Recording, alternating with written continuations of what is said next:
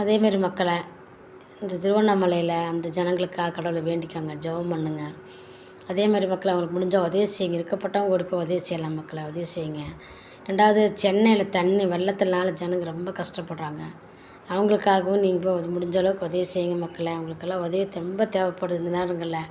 ஆனால் இது இயற்கை சீட்டை நம்ம அதனால் ஒருத்தர் யாரையுமே நம்ம குறை சொல்ல முடியாது. அரசியல்வாதிகளையோ அரசாங்கத்தை யாரையுமே நம்ம குறை சொல்ல முடியாது. இயற்கை கொட்டி தீக்குது மழையை வருஷம் வருஷம் ஊற்றிட்டு இருக்குது. அப்போ நம்ம மாற்றம் இல்லாமல் நம்ம அங்கேயே நம்ம இருந்துகிட்டு இருந்தோம்னா அது நம்ம மேலே தான் தப்பு. நம்ம அரசாங்கத்தை குறை சொல்கிறதுக்கோ அரசியல்வாதிகளை குறை சொல்லவோ நமக்கு தகுதி கிடையாது. நான் அதுக்கான எந்த ஒரு முயற்சியும் நான் எடுக்க கிடையாது. ஆனால் நான் ஒன்று மட்டும் சொல்கிறேன், அந்த இடத்துல உங்களுக்கு இந்த அளவுக்கு பிரச்சனைகள் இருக்குதுன்னா அந்த இடத்த விட்டு மாற்றி போங்க. இப்படி இருந்தாலும் வருஷம் மழை வருது, வருஷம் நீங்கள் போராடுறீங்க, வருஷம் மறுபடியும் அதே இடத்துல போய் நீங்கள் இருக்கிறீங்களா மக்களை?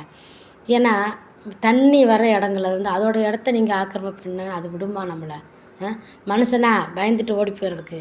தண்ணி யாருக்கு பயப்படும்? மழை யாருக்கு பயப்படும்? யாருக்குமே பயப்படாது. அது அதனுடைய காரியத்தை அது கரெக்டாக செஞ்சுட்டு தான் இருக்கும்.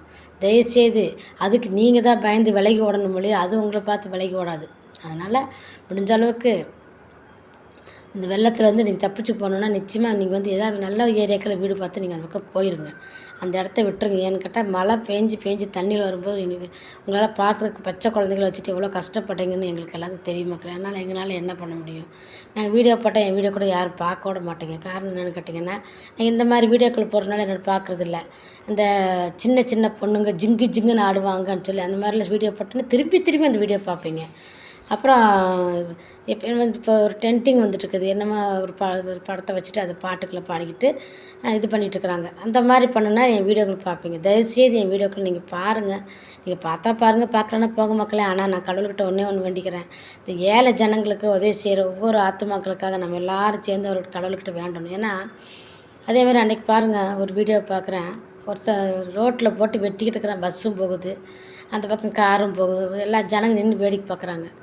ஏன் யார் கையிலாவது ஒரு மிளகாப்பொடி கூட இல்லையா? இல்லை வாங்கி கடைகளில் கூட இல்லையா? வாங்கி வீசியிருந்தால் கூட அவன் தப்பிச்சு அந்த குழந்தைய வெட்டிகிட்டே இருக்கிறான். பார்த்துக்கிட்டே இருக்கிறாங்க ஜனங்க. மக்களை, ரத்தம் செஞ்சது இல்லாமல் பாவம் மன்னிப்பு இல்லைன்னு சொல்லப்படுது. ஆனால் அவன் எவ்வளோ பாவம் செஞ்சானோ அந்த பாவ பழியோட இங்கே பார்க்குற உங்களுக்கும் வெற்ற அவனுக்கும் தான் வந்து சேரும். ஏன் தெரியுமா? தேவன் அதனால தான் பரிசுத்தமாக இருந்தார். பரிசுத்தமாக இருந்து நமக்காக ஏன்னா ஒருத்தனுடைய ரத்தங்கள் பூமியில் சிந்தப்பட்டாச்சனால அதோட அது நம்ம செஞ்ச பாவங்கள் அத்தனையும் நம்ம பக்கத்தில் இருக்கிறவங்கள தான் போட்டும். ஏன்னா பக்கத்தில் போய் பிடிச்சிக்கிறோம் அவங்கள போய். பாவத்துக்கு உயிர் இருக்குது மக்களை. பாவம் செய்கிறவங்க ஒவ்வொருத்தனுமே மரணத்தை தண்டிக்கப்படுவான்னு சொல்லப்படுது இல்லைங்களா?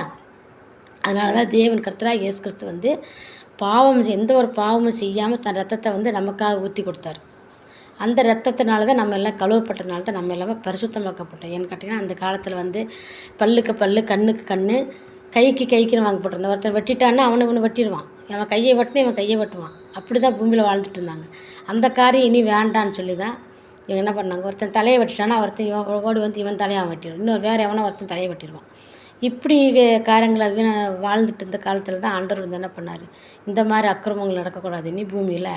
நம்ம இவங்களுக்காக ரத்தம் செஞ்சது எல்லாம் பாவம் மன்னிப்பு இல்லையா? அப்போ ரத்தம் சிந்தி நம்மளை மீட்டெடுத்துக்கிறாரு. அதனால் நாம் இந்த பூமியில் இருக்க மாட்டோம், மற்றவங்களுக்காக ஜீவிக்கணும், மற்றவங்களுக்காக வேண்டிக்கணும். மற்றவங்க கஷ்டப்படும் போது நம்ம பார்த்துட்டு வேடிக்கைப்பட பார்க்கக்கூடாது. மற்றவங்க வேதனைப்படும் போது நம்ம பார்த்துட்டு இருந்தோம்னா அதனுடைய பாவ பலிகள் எல்லாம் நம்மளை சுமரும். ஏன்னா ஒருத்தனுடைய ரத்த பலிகள் அப்படியே நம்ம மேலே சுமருதுன்னு சொல்கிறாங்க இல்லையா? அந்த மாதிரி. அதனால் தயவுசெய்து இந்த மாதிரி பார்த்தீங்கன்னா ஒரு மிளகாப்பொடி எடுத்து வீசுங்க, ஒரு கல் எடுத்து வீசுங்க, ஏதோ ஒன்று எடுத்து வீசி மக்களை, நம்ம என்றைக்கு இருந்தாலும் சாக போகிறோம் தான், இன்றைக்கி சாகிறதில்ல. அதனால் நமக்கு என்ன ஆபத்துக்கள் வந்தாலும் வந்துட்டு போட்டோம். ஆனால் நின்று வேடிக்கை பார்க்காதீங்க மக்களை. அதனால் முடிஞ்சளவு உதவி செய்யுங்க மக்களை. அதுதான் உங்களுக்கு ஆசீர்வாதம். ஏன்னா இந்த உலகத்தில் நிறைய அக்கிரமங்கள் அநியாயங்கள் செஞ்சாங்க. ஆனால் நல்ல ஆத்துமாக்கள் இந்த பூமியில் இருந்ததுனால தான் அவங்களுடைய நல்ல காரியங்கள்னால தான் நம்மளாம் தப்பிச்சு வாழ்ந்துட்டுருக்குறோம். சரிங்களா? ரத்தன் டாட்டாவை சொல்லி நினச்சி பாருங்கள், அவர் எவ்வளோ சொத்துக்கள் சம்பாரித்தார், எவ்வளோ ஏழைகளுக்கு உதவி செஞ்சார். அவரோட மரணம் அருமையாக இருந்து முடிஞ்சது. ஒரு மனுஷன் மரணிக்கும் போது தான் அவன் யாருன்றதை அந்த மரணத்தில் வீட்டில் பேசுவாங்க. அவன் யாருன்றது அப்போ தான் நம்ம ஜனங்களுக்கு. அதனால தான் சொல்வார் ஆண்டவர் நீங்கள் ஒரு கழிப்பான வீட்டுக்கு போத பார்க்கல, ஒரு துக்க வீட்டுக்கு நீங்கள் போங்கன்னுவார். சரிங்களா?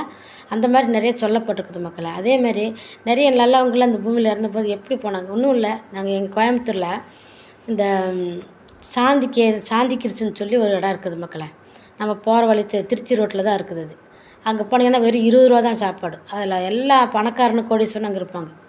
எல்லாம் க்யூ நின்று தான் வாங்குறாங்க சாப்பாடெல்லாம். நீட் அண்ட் க்ளீன், எல்லாம் ஹைஜீனிக் ஃபுட் தான். ஹைஜீனிக்காக தான் இருக்கும் அங்கே போய் சாப்பிட்டிங்கன்னா. சாப்பாடு 20 மீறி போனால் 25 அவ்வளோதான் சாப்பாடு. 25 30 நம்ம வயிறு ஃபுல்லாயிரும். நல்லா சாப்பிட்றவங்களுக்கே போதும், 30-40 இருந்தால் போதும்.